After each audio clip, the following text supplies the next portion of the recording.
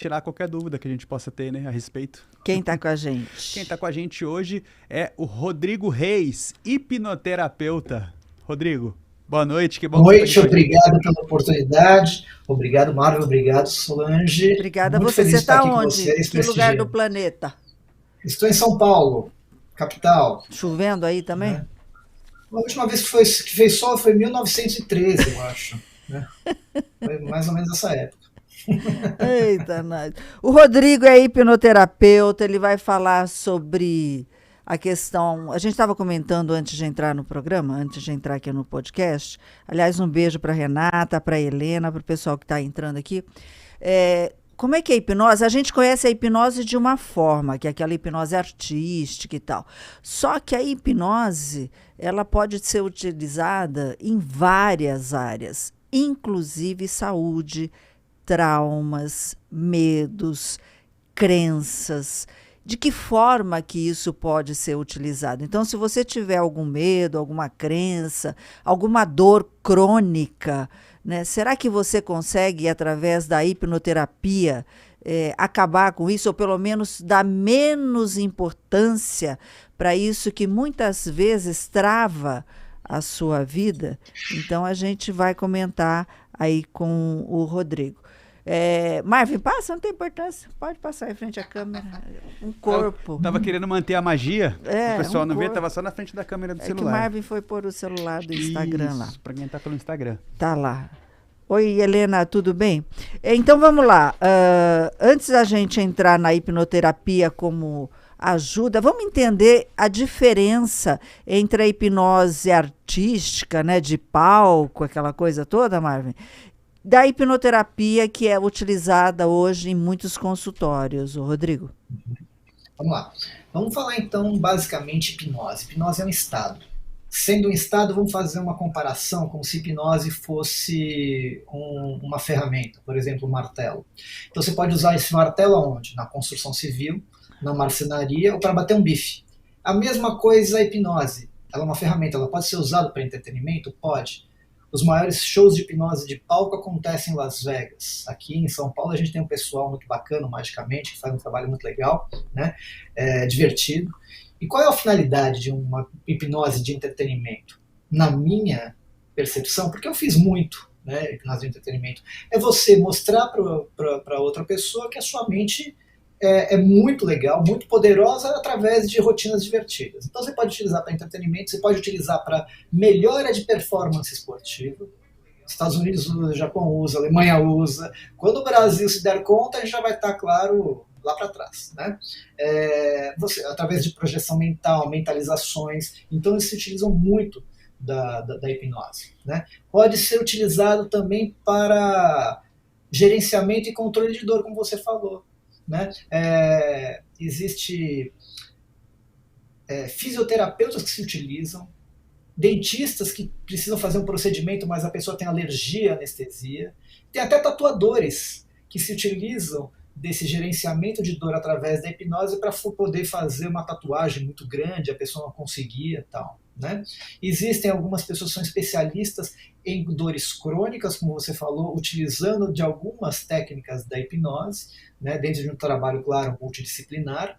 E tem também a hipnose, que é onde eu acabei me enquadrando melhor, que é a hipnose com fins terapêuticos. Né? No caso, eu gosto muito de trabalhar com situações de trauma do passado, onde hoje se apresentam sintomas de fundo emocional, estados depressivos, ansiosos, angústias, medos, e a hipnoterapia, dentro da linha que eu trabalho, pode ser uma ferramenta muito interessante nesse processo.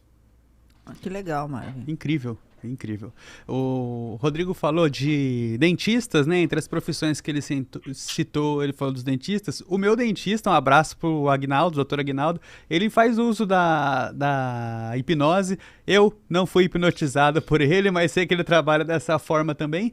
Mas como que funciona, Rodrigo? O que a hipnose acessa? Porque a gente, o leigo, né? Ele tem a impressão de que vai acessar o quê? Segredo, que a pessoa vai ficar suscetível, vulnerável, mas até onde que vai isso? Ou podia fazer nos Vamos falar políticos do Brasil, né? Todos têm que passar por uma Quando tiver sessão. CPI, alguma coisa assim, podia fazer, né? Eu acho muito legal a gente falar dos mitos mesmo da hipnose, né? A hipnose, ela tem uma carga muito forte, né? Ela tem uma força muito forte, porque ela vem, claro, a gente vê filmes sobre isso, né? E o filme ele tem que colocar um poder de dramaticidade nesse filme, então criam-se histórias, né?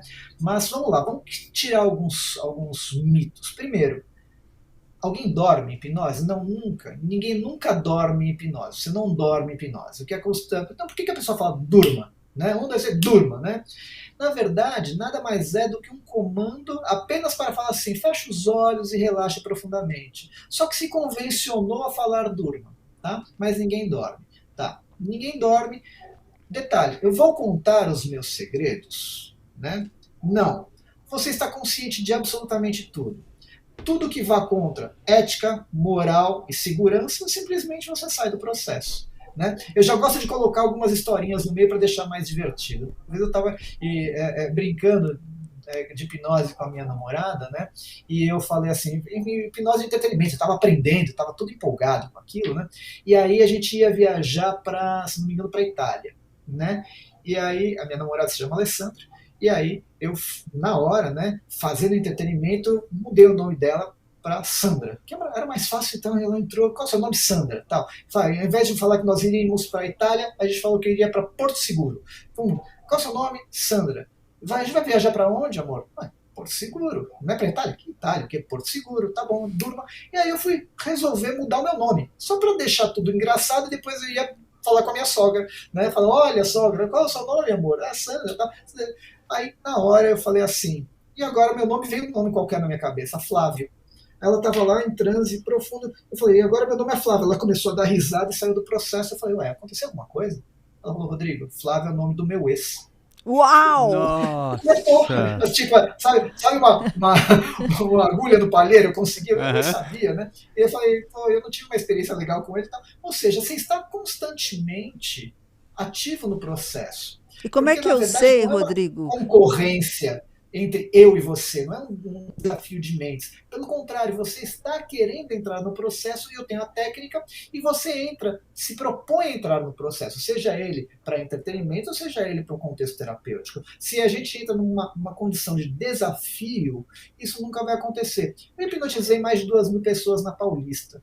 E na Paulista era um desafio, porque eu não conheço você, a gente chama de street hypnosis. É uma modalidade da hipnose de entretenimento que é a mais desafiadora que tem, porque em 10 minutos eu tenho que conhecer você, criar um rapport, criar uma conexão, explicar que é hipnose e fazer o processo. Né? Então é desafiador. Né? Agora, quando eu vi a pessoa assim falar, duvido você me hipnotizar, eu falei, eu também duvido, porque o processo não é meu, é seu. Eu só tenho a técnica. E como é que eu sei que eu não estou me sugestionando, desculpa, a alguma coisa que vocês estão dando de comando? Então, vamos lá. Por exemplo, eu tive Covid e da primeira Covid eu desenvolvi TAG, transtorno de ansiedade generalizado. Horrível. É uma coisa que você não tem controle, fugia do meu controle. Eu tinha medo de tudo, eu tinha medo da minha família se contaminar, das pessoas, eu tinha medo de tudo. Tinha medo de tudo. Foi péssimo. Inclusive lá na TV eu falei, olha, tenham um pouco de paciência comigo, porque eu tô fora do corpo, e fugia até que eu pedi ajuda, eu cheguei sozinha eu não consigo, e recorri aqui em São José dos Campos a um profissional. E ele foi fazendo todo passo a passo, todo o processo. Aí, dentro desse encaminhamento, né, que vocês vão dando, eu ficava pensando assim, como é que eu sei que eu não estou me sugestionando, que eu estou inventando coisa da minha cabeça? Por exemplo, pense no momento da sua infância, pense no seu pai, na sua mãe, veja aquela imagem, veja isso, o que você está sentindo. Como é que eu sei que não é coisa da minha mente e não da minha memória? Você entendeu? Que a minha mente está criando e não que a minha memória tenha arquivado essas imagens. A nossa memória, ela sempre sofre uma distorção. Apenas, passada uma hora de qualquer evento, uma hora depois você já perdeu pelo menos 30% dessa memória. Só que quando você passa por um evento de alta carga emocional, aquele evento, aquele ponto específico, ele fica muito bem guardado no hipocampo, memória de longo prazo, né? Porém, a gente vai, aos poucos, fragmentando esta memória. O trauma está lá, você sabe o que aconteceu, você passou por um bullying, você lembra de algumas coisas, mas alguns detalhes vão se perdendo. Porém, toda vez que você recupera esta memória, ela sai do longo prazo e volta para a memória ativa aqui, essa memória que traz para a lembrança, esses fragmentos são completados de uma maneira absolutamente instantânea. Parece que é uma coisa estranha, mas é uma forma muito inteligente de se otimizar essa memória, porque o nosso cérebro não teria condição de guardar a memória como um filme. Então ele guarda fragmentos dessa memória, tem os eventos de alta carga emocional que são muito mais claramente guardados do que eventos felizes, né? E a gente vai distorcendo essa memória com o tempo, e às vezes vai até piorando ela, até o momento que essa memória fica patológica. Né? Então, quando você recupera essa memória, ele completa aquilo. Tem pessoas que falam, não, eu lembro perfeitamente tudo o que aconteceu, porque para ele é uma verdade, ele acha que lembra perfeitamente, mas esse perfeitamente é uma percepção subjetiva. Porém, tá lá. Então, quando você fala, Rodrigo, como é que eu sei que eu não estou colocando ou distorcendo essa memória? Na verdade, não tem como saber. O que importa é saber que essa memória é patológica ou é benéfica. E toda vez que você, por exemplo, passou depois da Covid, estava falando, e teve transtorno de ansiedade generalizada e começou a entrar nessa quase paranoia de querer limpar tudo, por que eu não posso dizer que isso também não é uma hipnose, uma autossugestão de pensamentos intrusivos, repetitivos, onde você vai criando uma realidade subjetiva para você? Uhum. Isso é hipnose. Tá vendo? Inacreditável. Tem como é o nome? Roger, aquele cantor que é de Jacareí, de uma banda, você que é músico, você sabe. Eu sei de quem você está falando. Do Serial Funkers? Não, é uma banda antiga, fugiu. Covid. Ele fez auto-hipnose. Prazer, muito bem. Oi? Eu também tive Covid e dá uma afetada na memória. Nossa, total. O Roger, ele é do... esqueci, é um loiro. Ele fez auto-hipnose para entrar em avião. Ele morria de medo de avião, né? Então, olha. Ele morria de medo. É normal, é tranquilo, né? Se você passar as ferramentas corretas, ajuda bastante, né? As ferramentas corretas, porque você pode falar para a pessoa, né? Tem um cara que ele é meio o mundo científico é meio assim receoso com ele, que é o Joe Dispenza, né? Mas Joe Dispenza, ele passou por uma situação curiosa. Ele sofreu um acidente, ele era ciclista, ele tem diversos livros, né? Ele era ciclista, ele foi atropelado. Iam levar ele para passar por uma cirurgia. Ele falou, com essa cirurgia eu vou poder voltar a pedalar? Eles falaram, não, você vai ficar, né, paraplégico. Ele falou, não, então eu vou para casa. Quero fazer os meus processos. Ele criou uma metodologia. Durante 6 semanas, ele ficava todos os dias 3 horas mentalizando toda a coluna dele. Ele estudou a anatomia da coluna naquela região fraturada e ele começou todos os dias, durante 3 horas, a imaginar que ele estava recompondo aquela região. E se por um acaso, durante as 3 horas, ele perdesse a concentração, ele ficava mais 3. Ele iniciava tudo de novo. Durante 6 semanas, ele ficou fazendo assim. Na 6ª semana, ele sentiu um clique na coluna dele. Na 8ª semana, ele estava pedalando e ele virou um fenômeno para a ciência. Ele abriu um instituto lá nos Estados Unidos, um laboratório que faz estudos científicos, né? Mas ele é meio... não muito aceito pela academia, porque ele coloca pensamentos quânticos, outras coisas mais. Só que ele fala uma coisa que é muito legal. Mas funcionou, ele né? Fala assim, funcionou, então ninguém pode negar. Só que ele fala uma coisa muito legal, projeção. Uhum. Projeção, ele faz assim, ele fala, por que eu fico projetando? Eu vou ter que falar em público, eu fico projetando já que eu vou falar em público, como vai ser, alguns problemas que vão acontecer, porque quando você está projetando, a mente, que eu posso explicar isso de uma maneira muito legal para vocês, ela não sabe muito bem diferenciar o que é a realidade do que é a imaginação. parece meio estranho, você fala, como não sabe diferenciar? Claro que sei que eu sei diferença, né? Aí a gente volta para um sonho, por exemplo, que a Sol passou por um evento, né? Não sei se eu Sim, posso pode falar aqui contar, ao pode, vivo, do né? chiclete, eu era Do pequenininha. chiclete. A Sol passou por um evento, né? O cérebro não soube diferenciar, ela sonhou que ela se engasgou lá com o chiclete. Até hoje ela não coloca o chiclete na boca. Ela teve uma experiência sensorial, sinestésica, viva, porém era sonho.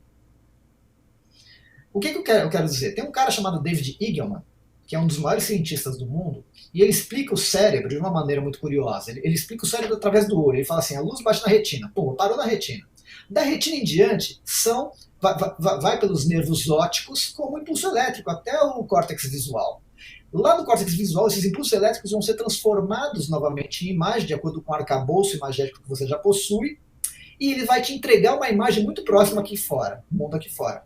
Portanto, pessoal, se vocês não estiverem me vendo loiro, bonito, de olhos azuis, vocês estão com problema neurológico. O que eu quero dizer? Ele fala que o ver já é uma simulação. E para o cérebro, por exemplo, quando você sonha, vocês já não tiveram alguma vez, a Sol teve, um sonho que de tão real você acorda no meio da noite assustado, onde é que eu tô, não sei o quê. E ele fala que a diferença entre o estado de vigília, que é o acordado, e o sonho, por exemplo, é mínima. Talvez você tenha um pouco mais de compromisso com o estado de vigília. Por exemplo, se vier uma moto para cima de você, em estado de vigília, acordado, você vai desviar, mas você também faria o mesmo no sonho. Né? Ou seja, ele não tem muita diferença. Se tiver emoção envolvida, ele não tem diferença. O que ele quer dizer? Para o cérebro emocional, que é o cérebro límbico, onde fica a região do hipocampo, ver, sonhar, imaginar, lembrar, resgatar as memórias, né? Ou ficar pensando muito sobre, para o cérebro é a mesma coisa. Um outro exemplo, você sai daqui da sua casa e vai até o trabalho, você sabe que lá no trabalho você vai ter que falar com aquele chefe, com aquela pessoa que é ingrata, com aquele cara que é encardido. Você já sai da sua casa até lá já brigando com essa pessoa. E você vai, e aquilo já vai mexendo com a sua emoção, e aquilo já vai te transtornando, literalmente. Aí quando você chega lá, o cara de repente está um anjo. Não importa, o cérebro já trabalhou essa emoção, já criou uma rede neural, já está ali compilada, essa experiência já ficou gravada. O que isso tem a ver com avião? O que isso tem a ver com Joe Dispenza? Né? Fechando agora esse pensamento. Quando você faz um processo de mentalização, engajado no processo, não desafiando, mas engajado no processo, você já está dando uma pré-experiência para esse cérebro, para ele já se acostumar com esse ambiente ao vivo. Então tem uma ajuda. Então, se a pessoa vai lá e já se imagina no voo, às vezes eu faço uns trabalhos com algumas pessoas, né, de fazer ele simular este voo. E não faço um voo bonitinho, lindo, maravilhoso, filme da Disney, que o aviãozinho vai. Não, eu coloco situações onde passa uma como é que fala? Quando o avião começa a chacoalhar turbulência. Lá, uma turbulência. Eu faço ele respirar, eu faço ele reexperienciar ou experienciar uma situação dessa. Isso ajuda bastante. Quando você fala de imaginação, a gente pode fazer um link aí com a lei da atração, com a realização dos sonhos ou não? A mente realmente tem esse poder? Minha visão, né? Eu gosto muito de pensar que a mentalização, né, da lei da atração não é que você vai pensar numa casa e ela vai aparecer no dia seguinte, né? Mas a lei da atração te coloca num estado mental positivo para gerar ação. Eu acho que faz mais sentido pensar desta maneira. Você sai de um padrão do pessimista para um padrão mais otimista. Você cria uma vontade, né, um desejo, e isso te estimula né? Você cria um personagem, você assume uma persona nova. Você sai daquela, vamos colocar, daquela vibração do ó dia, ó vida, ó azar, e fala, cara, vamos trabalhar, vamos realizar. E isso, naturalmente, a sua mente, ela sempre quer resolver um problema. E se você quer resolver esse problema de atrair a tal casa, você foca nisso. E você vira o quê? Um gerador de ações. Entendeu? Entendi. No relacionamento... Senão a gente vai cair também para uma coisa mais mística, o que não é o caso. Sim. Eu sempre fico tentando trazer para uma situação que a gente consiga ter a sensação, né? No caso da hipnose, eu tenho uma dúvida, Rodrigo. Sabe quando você está assistindo um filme? Acontece muito comigo. Aí eu cochilo, começo a dormir durante o filme. Só que eu fico num estado ali, que eu não sei como que chama, que assim, eu tô dormindo, mas tudo que acontece no filme parece que tem um envolvimento comigo ali, eu fico misturando as coisas e geralmente acordo assustado. Ou então, quando eu tô tendo um sonho e é aquele sonho que, por exemplo, você cai e acorda assustado também. O estado da hipnose, né? O estado mental tem relação, tem a ver, pelo menos a sensação com esse momento? Pode ter a ver porque tem algumas induções, Marvin, que a gente usa relaxamento. Algumas induções a gente vai por relaxamento. Então a pessoa já vai entrando naquele estadozinho que fica entre esse processo aí. Estou consciente, mas estou meio ali, meio aqui. É o melhor momento para dar sugestão para quem está faz auto-hipnose. O melhor momento é esse momento, meio aqui, meio ali, porque você está sem nenhum filtro, nenhuma faculdade crítica, que é o córtex pré-frontal. Então aquilo lá parece que permeia e vai muito bem lá no nosso cérebro. Alguns chamam de subconsciente, mas eu já iria mais para o cérebro límbico. Tá aí, mulherada. Então, dica, quando o cara estiver pegando no sono, entendeu? Você começa a dar umas sugestões aqui no ouvidinho. Você sabe que tem uma técnica com crianças a partir dos 3, 4 anos até os 6 anos, chamada Sleep Talking. Sleep Talking. Olha. Crianças que têm muito medo, que faz muito xixi na cama, que não sei o que. A mãe, né, tem uma... Eu não lembro o nome da menina, ela é a maior referência aqui no Brasil sobre Sleep Talking, né? E é uma técnica que a mamãe fica falando exatamente quando a criança pega no sono, mas só funciona com criança nessa idade. Chama-se Sleep Talking. Aliás, o nome em inglês é porque essa técnica é americana, né? E muito utilizada. Né? Então você vê que esse momento ali entre o estar acordado, estar dormindo ali, tem um poder de você absorver melhor as informações. E no YouTube tá cheio de vídeo também, né? Durma com frequência 432, 700 e pouco, enfim. E tem hipnose. Mas você não vai aprender inglês dormindo, isso é mito, tá? Aprenda inglês dormindo, esquece. Você só vai ter uma má noite de sono, isso eu te garanto. Tá? Acordar com dor de cabeça. Só isso. Rodrigo, você falou da dor. A pessoa que ela passa pelo processo, né, Sol?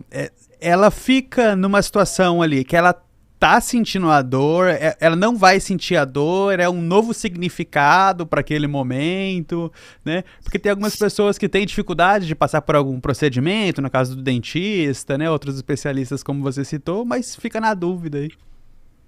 A dor, né? Vamos falar da dor, né? Eu estava na dúvida se era dor emocional, mas é dor mesmo, né? Uhum. A dor tem um manejo que pode ser, através da hipnose, de 3 maneiras, tá?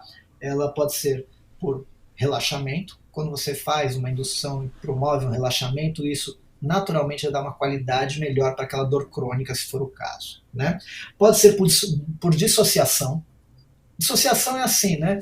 Se imagine passeando no parque, não sei o que lá, e você está dissociado daquele momento e a pessoa aperta lá, faz algum procedimento, você diminui, você nem percebe, se dissociou. É muito legal isso, né? E você pode fazer por sugestão direta também. Então, existem técnicas, né, onde a pessoa faz uma sugestão direta, inicia com dissociação e imaginação e vai para uma sugestão direta. Como assim? Você consegue lembrar, assim, às vezes, eu já vi algumas técnicas interessantes onde a pessoa fala assim, sabe quando você coloca a mão naquele balde de gelo para pegar aquele seu suco, aquela sua cerveja, e fica aquela mão fica gelada, você não consegue achar e ela vai anestesiando, cara, assim. Então imagina isso, olha só que curioso. Você vai para uma referência, né? E ele vai imaginando. Então agora imagina que sua mão está literalmente anestesiada. Só que agora você vai imaginar um gel anestésico, você vai fazendo por partes. Passa esse gel aqui na boca, passa esse gel não sei aonde, passa. Então você está dando sugestões junto com a imaginação e ele tem o poder de chegar a uma anestesia dependendo de como a pessoa se engaja no processo. Tem uma mulher nos Estados Unidos que ela foi operada do coração. Sim, você conhece essa história, né? Ela é hipnotizada. Tem parto sem dor, né? Na França também já houve 2, 3 casos de procedimento de grande porte através da hipnose, mas isso não é novidade. Isso não é novidade, isso é muito antigo. É o chamado Stadsdale. Stadsdale era um médico chamado Sdale, né? Onde na época dele não tinha ainda anestesia, né?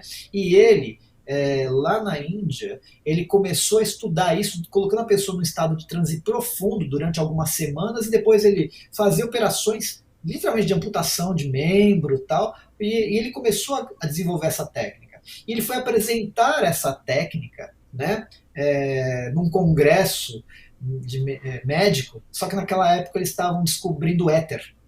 E aí, claro que os médicos preferiram o éter, desconsideraram ele e ele não acabou não vingando nada. Mas era uma técnica de hipnose profunda e detalhe. As pessoas tinham uma recuperação, né, pós-cirúrgica muito melhor do que o processo. Então não é uma técnica nova, isso vem desde 1800, já do século XIX. Né? Agora, você estava falando, o Marvin perguntou de dor, e ele perguntou da dor física, e você falou, eu achei que era dor emocional. Como é que a gente ameniza as dores emocionais? Da perda de alguém querido, pelo luto, ou por uma separação num relacionamento, ou crise de ciúme, ou possessividade, tudo isso pode ser trabalhado? Vamos lá, eu gosto de falar que a hipnose é muito boa ao que se presta, mas a gente tem que saber exatamente a que ela se presta, né? Quando eu falo de dor emocional, a gente está falando de pessoas que realmente estão presas num trauma. Estados depressivos podem conter isso, né? Estados de angústia podem conter isso, né? Às vezes pessoas em fobia social podem conter isso. Existe uma diferença para o luto e fim de relacionamento, né? Não tem nada, por exemplo, para a gente fazer no final de relacionamento e no luto, não é uma terapia psicodinâmica, uma terapia com técnica, na verdade uma terapia de apoio, porque esse luto vai ser vivido. Não tem como você, com nenhuma técnica, falar agora essa dor sumiu. Não, porque essa pessoa era muito relevante na sua vida. Casualmente, vocês estão falando um negócio que eu vi hoje no Instagram, um hipnoterapeuta falando que resolve problemas de dor de final de relacionamento, porque final de relacionamento entra onde? No luto. Porque é uma perda. Toda perda é um luto. Né? Falando que vai resolver o problema e tal. Eu até estava com um colega meu, eu falei, olha, eu acho uma pena a pessoa fazer isso. Eu estive num curso com um dos maiores terapeutas do Brasil, que eu, na minha opinião é chamado o Elber Silva. Ele é um cara genial, não tem ninguém da minha área que não tenha ele como uma referência, né, no Brasil. Ele tem um gene autista, então ele falou, Rodrigo, você quer me deixar feliz? É ficar eu de frente com uma parede, um livro, eu fico 8 horas lendo. Então ele sabe com uma naturalidade todas as abordagens que você possa imaginar, da linha da psicoterapia, hipnoterapia, coaching, tal, tudo ele sabe. Ele falou, Rodrigo, eu prefiro 10.000 vezes trabalhar com uma pessoa com depressão profunda, né, severa, do que um fim de relacionamento. Por quê? Porque não tem técnica. É terapia de apoio, é fazer o manejo dessa dor, onde você vai trabalhar com essa dor, onde você vai entender e compreender essa dor da perda da outra pessoa, quanto ela é relevante. Eu estou com um caso de luto na minha família, e está sendo um processo de autoconhecimento, de redescobrir uma nova vida sem a presença do outro. Não é assim, 2, 3, 1, tá, pomba, tem que legal, atravessar acabou. O deserto. Tem que passar. Tem que atravessar o deserto. E que, na verdade, é um autoconhecimento. Sim. E isso lá na frente vai ter um poder muito forte. Quando você muda da dor para uma nostalgia, para uma honra, para uma lembrança saudável, aí o seu processo está evoluindo, você está amadurecendo. Né? Então eu gosto. Agora, quando você vai falar, Rodrigo, eu estou com uma depressão, tem casos ali. Nossa, a maioria das coisas que eu vejo hoje parece clichê, tá? Eu estou desde 2017 todos os dias atendendo, já são 6 anos, né? Parece clichê, mas quase tudo está ali na infância e adolescência, né? Uma carência afetiva materna, paterna, tem muito disso ali, né? Tem muito disso ali. Só, você vê que se aplica tudo, né? Essa aplicabilidade é muito interessante, né, Rodrigo? A gente está falando de tratamento físico, emocional, aplicação, possíveis aplicações em situações como relacionamento, né, o pós-relacionamento, na verdade. Rodrigo explicando o que pode acontecer, as consequências disso. É interessante saber as tantas possibilidades, né? E as crenças, né? Porque muitas vezes, vamos voltar lá para os pais que não têm nenhuma culpa porque foi como foram criados, e muitas vezes eles vêm passando crenças para os filhos, para a gente, quem não passou, não faz isso que o bicho-papão vai pegar, se você fizer isso, os meninos não vão gostar de você, você não pode, enfim, é uma opção de não, você cresce com aquilo, você vem com essa crença limitante. Como é que a hipnose consegue, pelo menos, minimizar, desfazer um pouquinho essa crença, né? Que o dinheiro é uma coisa suja, então você já cresce com aquela coisa. Como é que a gente trabalha isso na hipnoterapia, Rodrigo? A crença é justamente um aprendizado emocional por conta de algum evento traumático. Aí você criou uma crença, virou a forma de você sentir e perceber o mundo, né? E você age, trabalha e tem comportamento dessa maneira. Vamos lá. Eu poderia explicar isso de forma técnica, mas vamos explicar isso de forma através de exemplos, né? Alguns atendimentos que eu acho que fica mais interessante, né? Eu gosto de explicar isso. Eu explico isso, na verdade, eu peguei esse exemplo como um exemplo padrão que eu explico para todos os meus clientes quando estou em psicoeducação. O que é psicoeducação? Antes de atender a pessoa, eu faço atendimento online de umas 2 horas para entender tudo, explicar a hipnose, alinhar processo e tudo mais, né? Então, pós-pandemia, uma moça me procurou que ela marcou um evento, né, com 3 colegas.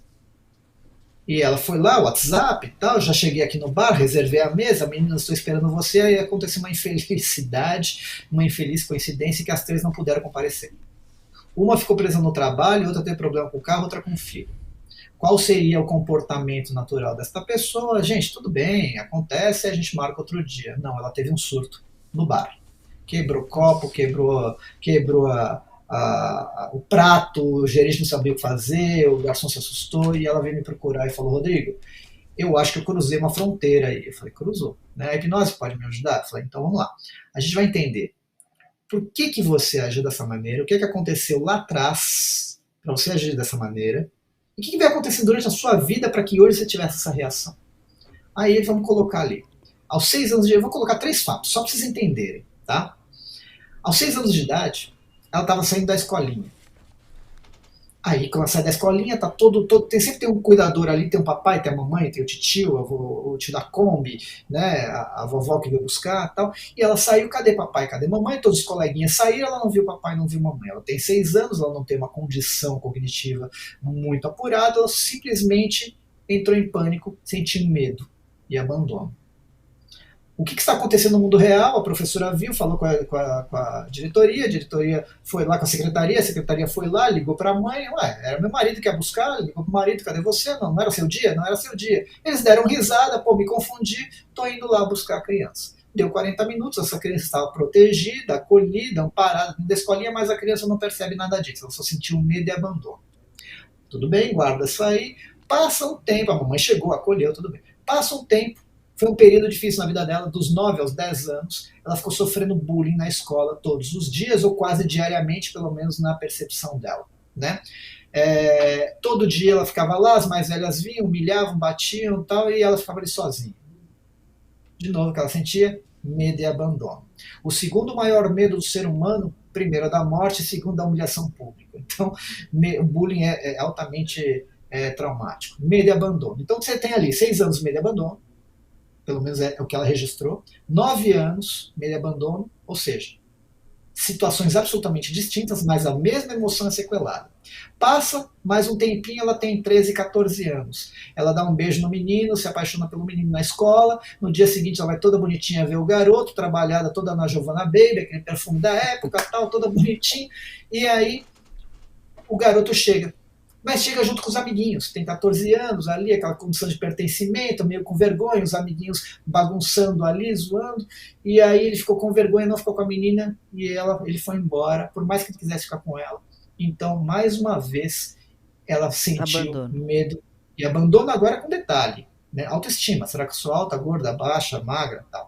Então, se tem medo e abandono, medo e abandono, medo e abandono, isso vira, houveram outras cenas, claro, mas vocês já entenderam a lógica, isso vai virar uma forma de você perceber o mundo, a forma como você interage com o mundo. Você passa a ser esse adulto, olha aqui a Matrioska, minha amiga, né? Você passa a ser esse adulto, passa esse adulto, guiado por essa emoção de medo e abandono dessa versão, guiado por essa versão aqui com outro medo e abandono, e assim você começa a vir o seu filtro de percepção. O que acontece com isso? Acontece o quê? Você vai gerar um comportamento. Você não sabe que esse comportamento é guiado por uma emoção. Então, por exemplo, vou criar aqui algumas possibilidades. Você pode ser hoje uma pessoa que não consegue dizer não para ninguém. Ou só olha o seguinte, a minha mãe, ela não está legal, eu preciso fazer uma viagem, visitar minha mãe lá em Brasília, são 20 horas de viagem para ir, 20 horas de viagem para voltar. Você não quer ir, você sabe que é uma roubada, Brasília não é um bom momento para ir agora, né? E você fala, cara, eu não quero ir, mas você acaba cedendo e fala que vai. Você acha que você é uma pessoa generosa, uma pessoa amiga, uma pessoa, sei lá, altruísta, né? Mas não, você não está indo por nada disso. Você está indo porque você é uma pessoa absolutamente carente, precisa da validação da amiga que vai falar, ah, nossa, como você é legal. Só que você acha que você está fazendo alguma coisa. Então você pode ser uma pessoa assim, porque você passou por meses de abandono, então hoje você não consegue dizer não para ninguém. Você pode ser uma pessoa controladora, porque como você passou por meses de abandonos, hoje você quer saber, controla o marido, controla os filhos, controla a sogra, tem esse barulhinho aí no WhatsApp, o que essa pessoa aqui na fotografia do seu lado, por que essa pessoa está justamente do seu lado, ela está com a cabeça inclinadinha para o seu lado, 30 graus, sabe aquele negócio? Fica procurando pelo novo, por quê? Porque como ela passou por medos e abandonos, ela já tem uma reação instintiva, inconsciente, de querer gerenciar isso, já prevendo algo que possa acontecer lá na frente. E tem como controlar isso? Você tem como então minimizar, controlar? Porque, pelo que eu estou entendendo, como a gente leva isso para todas as áreas da vida, então, sei lá, muitos relacionamentos, eles podem estar fadados ao fracasso por conta desses comportamentos que a pessoa sequer sabe que ela é assim. Exatamente. Tem um livro muito bacana, ligado à psicanálise, de uma alemã chamada Stefan Stoll, Acolhendo a Criança Interior, e ela começa o livro assim, né? O rapaz é um casal, o rapaz, eu tô falando esses exemplos para depois falar como é que a gente faz para melhorar isso tudo, tá? Um casal, o marido pede para a mulher fala que vai no mercado e ele pede para trazer uma Coca-Cola. A mulher vai no mercado, faz tudo que tem que fazer, esquece da tal da Coca-Cola, quando chega, ele pergunta, cadê a Coca? Aí o cara fala assim, ela fala, esqueci.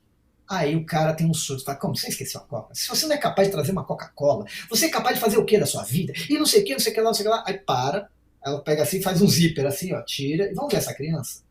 Tchum. Quem foi esse cara que está tendo esse ataque por conta de uma Coca-Cola? Na infância ele foi invalidado. Era aquele pai, aquela mãe que falava, criança, você não sabe o que você está falando, você não... Fica quieto.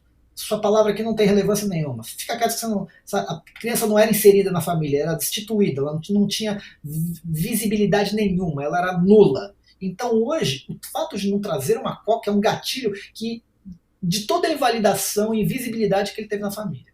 Em contrapartida, a mulher fica absolutamente transtornada com aquilo, mal pra caramba. Né? O que aconteceu? Pega o zíper, abre, tem uma criança lá dentro. Ela, quando criança, vivia sob uma forma de domínio, de amor, que o papai falava assim, se você não for certinha, papai não vai gostar de você. Se a mamãe fala, se você não fizer tudo o que a gente pede direitinho, mamãe não ama mais você. Aí o que acontece? Ela não trouxe a Coca, ela não foi certinha, ela errou. Então ela não vai ser mais amada. Aí a gente vai trabalhar com a hipnoterapia. Por quê? Porque esses traumas estão ativos na sua mente. Não é porque você passou, como eu estava conversando antes, não é porque você passou 10 anos que isso minimizou. Porque o seu cérebro não tem essa cronologia. O seu cérebro é atemporal.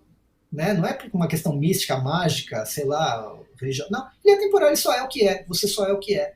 Então, se você passou por um trauma, com 10 anos, você pode ter 50. Ele está, se foi trabalhado, está ativo. O que a gente faz na hipnoterapia? Que eu gosto muito do que o Bessel van der Kolk, que daquele livro que eu falei, O Corpo Guarda-Marcas, que é um livro, como eu disse antes aqui do programa, ele ficou 126 semanas na lista dos mais vendidos pelo The New York Times. Ele fala assim: se desejarmos modificar as reações pós-traumáticas, temos que alcançar o cérebro emocional e fazer a terapia do cérebro límbico.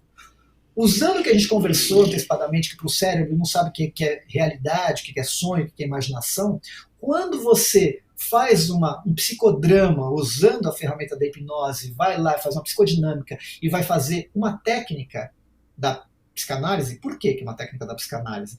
Porque a hipnoterapia não tem uma técnica dela. Ela vai beber da psicanálise, ela vai beber da cognitiva comportamental, ela vai beber da Gestalt, ela vai beber da fenomenologia existencial, ela vai beber do behaviorismo, ela vai beber dessas técnicas aplicando-as dentro do contexto do estado de hipnose. Então, quando você revive uma situação e vai lá e muda a percepção daquela emoção, você primeiro tem duas coisas.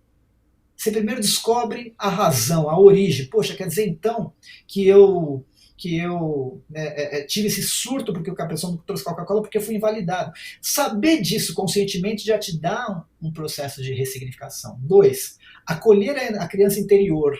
Pode parecer uma coisa psicanalítica, né? Imaginativa, porém para o cérebro, para a mente, é altamente eficaz, porque ainda está aberto, aquela sua versão lá atrás está carente, está necessitando de você, está precisando de alguém que dê apoio, amor, carinho. Quando você reinterpreta isso, acolhendo a você mesmo, dando todo amor, parece que o cérebro fala: posso parar de ficar tenso? Posso desligar essa chave e voltar a fazer o que eu preciso fazer, que é apenas viver? Pode. E tanto é que existe um cara chamado John Bradshaw, que é um dos caras que mais entende sobre criança interna ferida. Ele ainda ele criou um exercício pós-terapia, né, que ele faz isso. Ele fala assim: durante os próximos 15 dias eu quero que você volte a visitar as suas versões agora felizes, continuando a reafirmar esse amor, esse carinho, essa paz, essa alegria. Dentro das neurociências, isso é entendido como um erro de previsão. O que é um erro de previsão? Se voltar naquela memória vai dar uma sensação ruim. Se voltar naquela memória vai ser um horrível. Mas quando você volta naquela memória e ela está gostosa, dá um erro de previsão, você cria um novo registro sobre aquilo. Então, tanto faz ver na visão psicanalítica como na visão de neurociência, existe uma realidade que esse livro agora veio para endossar que isso é uma coisa bacana, porque vem de um cara absolutamente, inegavelmente reconhecido no mundo da ciência, que é o Bessel van der Kolk, né, através dessa nova literatura, que tem hoje profissionais e médicos dando palestras em cima baseadas nesse livro. Quando você fala aí da questão da criança, por outra linha aí, tem bastante trabalho da não menos famosa Louise Reis, né? Que ela faz a técnica do espelho, que todo dia você se levanta, a hora que você estiver escovando o dente, tá, olha no espelho e fala, por exemplo, Solange, eu te amo. O que eu posso fazer para te deixar mais feliz hoje? Solange, eu te amo. E você vai dando sugestões para o seu cérebro até para aumentar a autoestima, aumentar, você sabe que né? Tem pessoas que eu já ouvi sobre essa técnica que elas no começo elas não conseguem fazer isso. Solange, elas não conseguem olhar para o espelho e falar para elas. Não. Exatamente essas simples palavras. Eu te amo. Você sabe que eu uso isso daí, eu tenho um curso de como falar em frente às câmeras, a primeira coisa que eu uso, porque o que as pessoas mais têm receio e trava para falar em frente à câmera ou gravar uma selfie, é o pré-julgamento do outro, é a baixa imagem, autoimagem que ela tem. Então, ela mesma se pré-julgando. Ai, não fiquei isso, fiquei aquilo no vídeo. Esquece. Então, começa a fazer o exercício do espelho. Mas a Renata está perguntando aqui se na hipnose, a hipnoterapia, ela entendendo da mente, ela pode conquistar o ser amado. Quem me dera, né? Eu não. Se puder, não já dá a receita. Eu não vejo que a hipnose possa ter esse potencial de você induzir alguém, né, com algum comando hipnótico, né, porque a pessoa tem a faculdade crítica dela. né? Então, eu acho que fica um pouco difícil. Existe, sim, algumas brincadeiras que a pessoa já se permitiu entrar em hipnose, aí você fala assim para ela, agora você está apaixonada por mim, mas só que aí já está dentro de outro contexto. Não assim, desse jeito, Você está subliminar. hipnotizado por mim, né? Então, Renata, no. No way. Não vai rolar Não dessa vai rolar, forma, não. Renata. Pode rolar de outras. Só, olha só, é importante a gente aproveitar e falar agora que o pessoal que está acompanhando a gente, tanto pelo YouTube quanto também pelo Instagram, para aproveitar e se inscrever lá no nosso canal no YouTube, seguir a gente nas redes sociais. No YouTube, procura lá, Tô de Cara Podcast, né? Para quem já está acompanhando, só se inscreve no canal, ativa o sininho para receber a notificação das próximas. Tô de Cara toda terça e quinta, você já fica ligado ali, a gente já sobe, né? Já avisa qual vai ser, posta qual vai ser o entrevistado do dia ali, logo pela manhã, você já fica sabendo quem vai ser o entrevistado do Tô de Cara. No Instagram é o @ToDeCaraPodcast, também passa a seguir a gente lá, a gente tem alguns cortes do programa, a agenda, enfim, várias formas de você acompanhar a gente, acompanha lá. Vocês vão gostar bastante do conteúdo e a gente aproveita também para falar, né, Sol, daqui da onde a gente faz o Tô de Cara, que é o Hub 2181. Segue, olha lá, o Luizão já colocou pra gente na tela, @Hub 2181_estúdio, é onde a gente faz o Tô de Cara, tudo da melhor qualidade, câmera, todo equipamento, microfone, tudo de primeira, mas eles também trabalham com outras coisas, né, Sol? Vídeo, produção de vídeo. Eles têm. Gente, eles já fizeram campanha até para presidente da Angola. Angola. Angola, foi isso? Aham. Angola. É fera. Aqui tudo é robótica. Você olha para cá, a câmerazinha vem para cá. Fica olhando. Parece invasão de privacidade, sabe? Ela fica te seguindo aqui. Vem conhecer. A gente vai sortear as pessoas para participarem, assim, quando a gente tiver já o calendário. Vamos soltar o calendário. Você quer vir? Você quer participar? Você vai perguntar para aquele entrevistado que vai estar com a gente, aquele que te chama a atenção, você vai poder perguntar para esse entrevistado. Ô, Rodrigo, conta pra gente, compulsão alimentar. Tem alguns comentários aqui da pessoa que fala assim, não consigo, é o docinho, é a pizza do Miguelito.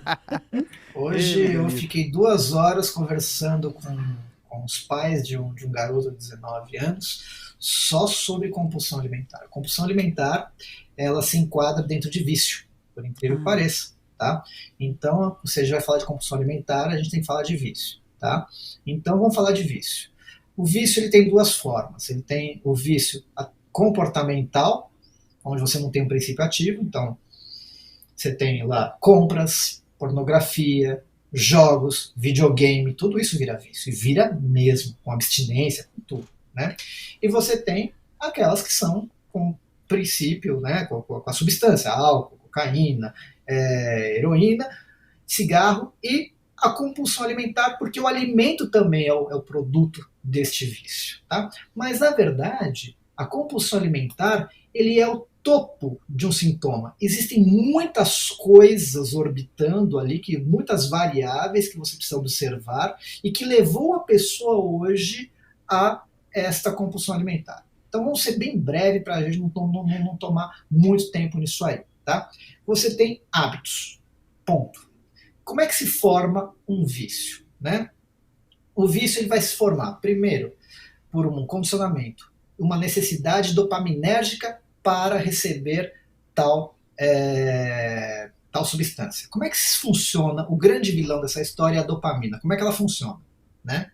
Para explicar isso, tem que dar um passo antes sobre dopamina. A comunidade científica achava que a dopamina era o neurotransmissor do prazer. Ou seja, quando você consome uma substância, a dopamina vai lá em cima, né? É liberada. Hoje, a ciência entende que a dopamina é o neurotransmissor motivador que faz você correr atrás da recompensa. Isso foi feita uma experiência, entre várias que ocorreram, uma experiência muito curiosa, né?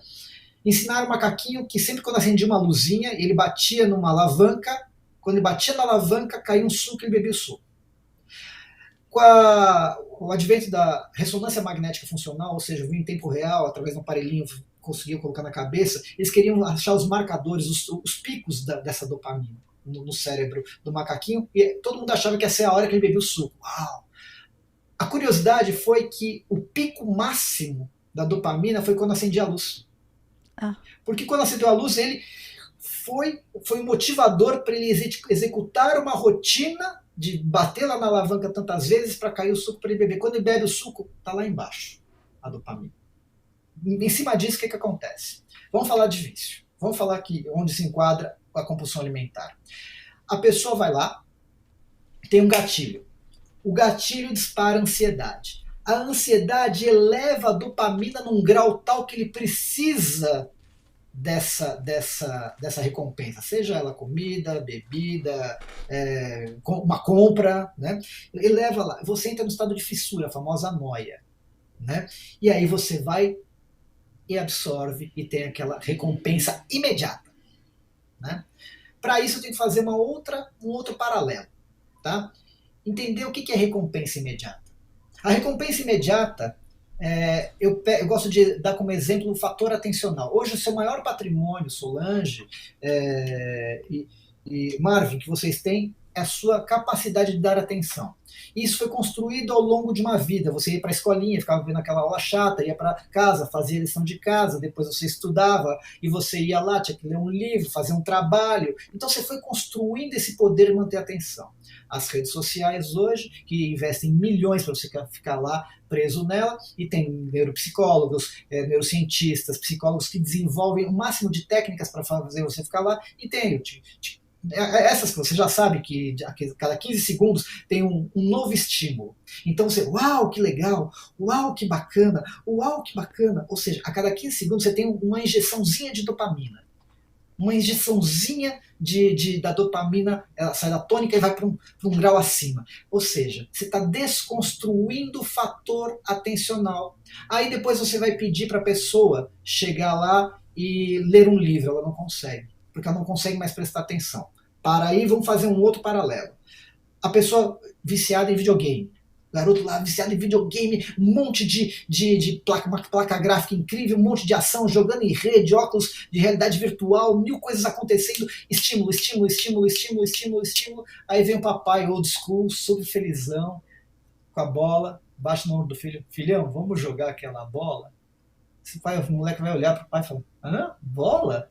Por quê? Porque ele subiu o sarrafo dele lá para cima. E tudo para baixo perde o sal. Porque o cérebro acostumou a ter a cada 15 segundos no fator atencional um estímulo, o videogame é um estímulo. Então você não consegue hoje mais ter o famoso momento de tédio. Aquilo te dá uma angústia, você precisa de estímulo, você precisa de mais dopamina. Por que eu estou falando isso? Né? O que tem isso a ver com a compulsão alimentar? Ela é uma recompensa imediata. Tá faltando, entrou um tédio, gerou uma ansiedade, você não consegue controlar, você precisa literalmente de uma recompensa imediata. Pum, e come o negócio. Tá ali, recompensa imediata. Aí deu uma outra ansiedade, pum, come, recompensa imediata. Tô ali desesperado, vou lá e preciso fazer uma compra. Uma recompensa imediata. Existe o quê? Você vai ler um livro. O livro pode ser uma recompensa incrível de longo prazo. Por quê? Porque a pessoa não consegue ler. Porque não é toda a página que vai ter um insight incrível. Uau, que legal, uau, que demais, uau, que incrível. Não, ele vai fazer o quê? Ele vai ler o livro e no final esse livro vai ser uma grande história que pode mudar a vida, a forma como ele percebe o mundo. Né? Então, o que acontece com tudo isso? Né? A compulsão alimentar é uma pessoa que se acostumou, né, com essa necessidade de recompensas imediatas. Então, quando você vai falar de compulsão alimentar, você tem que ver 2 pontos. O primeiro, ele tem que reorganizar essa rotina, ele tem que criar uma higiene dopaminérgica, um jejum dopaminérgico. Ele tem que reeducar essa condição, onde ficar estável, onde ficar tranquilo, onde não ter o seu momento de tédio, está tudo bem, faz parte da vida. Você não precisa ter recompensas toda hora. Esse é um componente. Agora, você tem um componente emocional. E eu tenho histórias interessantíssimas sobre compulsão alimentar. O que é componente emocional? Eventos de alta carga emocional que hoje você precisa comer.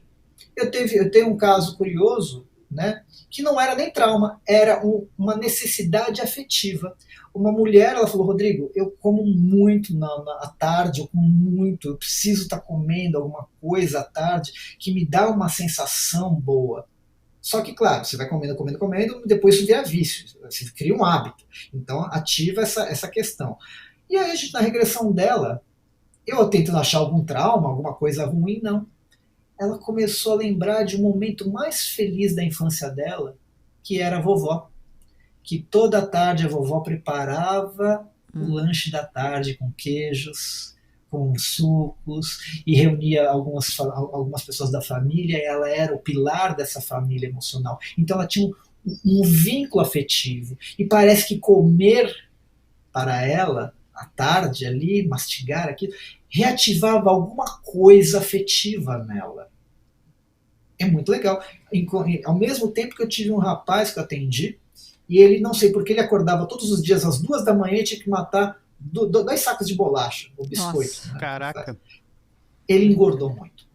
E a gente tentando entender qual era esse vício, porque depois de um tempo, por mais que tenha componentes emocionais, isso vicia, isso vira um comportamento automatizado, né? Que você precisa. E na nossa hipnoterapia regressiva, ele chegou no momento que ele perdeu o irmão. Ele tinha um irmão que era o elo dele, era a base dele. Eles eram muito pobres, não tinham nada, né?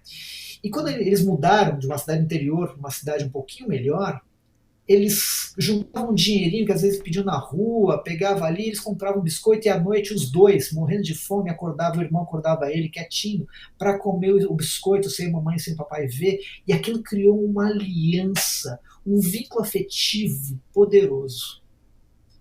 E ele, não sei por que, ele reativou essa necessidade, né, inconsciente de comer esse biscoito. Quando ele achou essa memória, a hora que ele achou essa lembrança, ele falou, uau, era exatamente o comportamento que eu tinha quando eu estava com meu irmão. E aí ele foi entender que era uma necessidade ainda do irmão, o irmão ainda estava ativo nele, as carências, as necessidades e tal. E ele ressignificou isso porque ele tomou consciência do fato. Uhum. Mas a gente tem que trabalhar isso de duas maneiras. Os componentes emocionais, a hipnoterapia é muito boa. Mas você tem que, o outro componente que eu falei, comecei por ele, né, que é uma regulação de rotina para baixar essa estimulação dopaminérgica. Se toda hora você fica lá se dando uma recompensa, você não consegue ficar sem.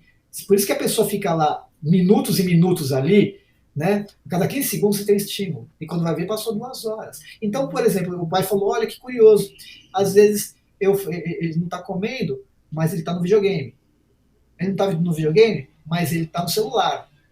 Então eu falei, então, ele pode não estar comendo, mas ele ainda está tendo recompensa por outras vias.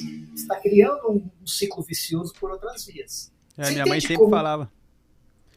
Pode falar, Marvin. Minha mãe sempre falava que, enquanto tá jogando videogame, não tá com fome, né? Na hora, depois que para, vem comer. Exato. Mas você está entendendo que você tem que fazer o que a gente chama de jejum dopaminérgico. Você tem uma hora. Como é que funciona no vício? Não é que você não tem mais dopamina. O cérebro está liberando bastante dopamina, mas os receptores dopaminérgicos já estão dessensibilizados, eles não estão conseguindo captar essa dopamina. E quando você tem. É fisiológico, é biológico, você tem que dar jejum dopaminérgico para dar tempo para esses receptores voltarem a se restabelecer. Ou seja, eles, como eles estão insensíveis, você precisa de muito mais dopamina. Por isso que o cara vai lá, ele precisa cheirar mais, ele precisa digitar mais, ele precisa beber mais, porque está tudo insensível. Okay. Então, quando você fala jejum dopaminérgico, é isso. Você entendeu que aí a gente vai tratar isso aí de uma maneira multidisciplinar, em várias áreas, mas a hipnoterapia pega essas questões emocionais. E, Rodrigo, desde o começo da pandemia, né, vários procedimentos aí voltados para a saúde passaram por mudanças e adaptação para atendimento online. A hipnoterapia, ela já fazia isso, passou a fazer? É possível, né? Você faz, no caso, atendimentos online? Eu e o meu colega Felipe Gonzalez, nós demos 3 cursos de hipnoterapia online. Fomos os primeiros a dar um curso totalmente online de hipnoterapia. Ninguém arriscou a fazer isso, nós fizemos. Eu tenho cliente no Japão, tenho cliente em Miami, tenho cliente fora de São Paulo, né? E a hipnoterapia pode ser feita online, porque eu não preciso de um toque, eu não preciso de uma manobra, né? Como é um processo de linguagem imaginativo, você engajado, contanto que tenha assim um equipamento bacana, né? Funciona tranquilamente. Então a gente vai deixar o Instagram aqui do Rodrigo, o endereço, para quem... Tá cheio de gente falando assim, a Renata falando que está fazendo, está adorando. São duas Renatas, tem a Giacomini e tem a Baceto. A Renata, a outra é do relacionamento, que não vai rolar. Enfim, então a gente vai deixar. Tá aqui o Instagram do Rodrigo, tá? Você pode mandar mensagem pelo direct, etc e tal. De repente contar a história, né, Rodrigo? Falar, mas eu moro, sei lá, no Mato Grosso do Sul e ele tá em São Paulo. Ok, a gente viu, o Marvin perguntou agora, que é possível fazer um acompanhamento online. O importante é você cuidar da mente, cuidar daquilo que comanda as nossas vidas, que direciona os nossos passos. Porque quando aqui está bagunçado, é feito aquela pessoa que bebe todas. Vai andar em linha reta? Não vai.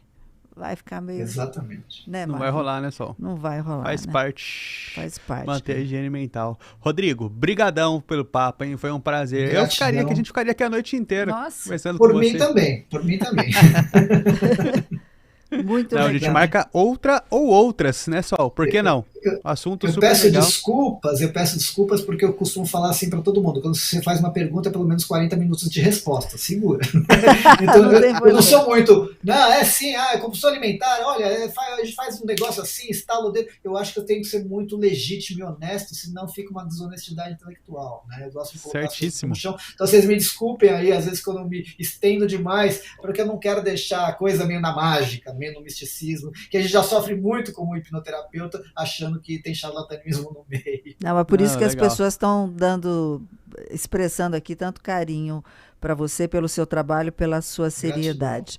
Vamos para uma próxima, hein, Rodrigo? Vamos fazer uma próxima aí, tá bom? Quando vocês quiserem. Tá bem, beijo, fica com Deus, valeu, viu? Rodrigo. Beijo, gratidão, tchau, pessoal. Obrigado. E aí, Marvin? Sol, muito legal, né? Muito legal, eu quero fazer esse trem. Agora eu quero fazer. Eu tinha uma certa preocupação, mas agora eu quero fazer. Medo de barata, medo de chiclete. Pediram para eu fazer uma reportagem de barata, eu não fui. É mesmo? Não fui. Não dá? Aquele mundo de barata, não fui. Me bota dentro de qualquer lugar aí. Barata, não. Muito asqueroso, né? Nossa, não consegui, não. Acho que tem que fazer regressão, tem que fazer hipnoterapia no mundo todo. Por falar em regressão, comentaram aqui, e vamos ver se a gente consegue fazer um programa, ver se a gente acha, porque existem pessoas sérias dentro dessa área do espiritismo, para falar da regressão, outras vidas, os traumas que a gente carrega, existe, não existe, vamos falar sobre isso, né? Legal. Então tá bom. Então vamos embora? Vamos nessa. Vamos embora que amanhã é sextou. O que vai fazer amanhã? Olha só, sem planos por enquanto, viu? Vamos trabalhar. Passa o número 1. Não, depois com certeza. A gente não sabe. Aí não tem nem chance. Então tá bom. Fiquem com Deus. Terça-feira a gente já sabe o nome de quem vem? Sabemos sim. Quem vem bater um papo com a gente na terça-feira vai ser a Rosana. Ela é advogada, especialista em homeschooling. Está crescendo muito essa prática das crianças aí estudando em casa. Tem vários mitos para a gente romper, passar por eles, algumas coisas que as pessoas precisam conhecer. Então, terça-feira vai ser a Rosana aqui com a gente. Legal. E você pode já deixar a sua pergunta, a sua participação.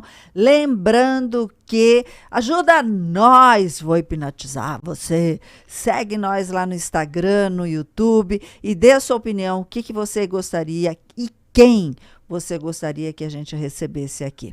Beijos, fiquem com Deus, até a próxima terça, bom final de semana. Tchau, Marvin. Tchau, Sol.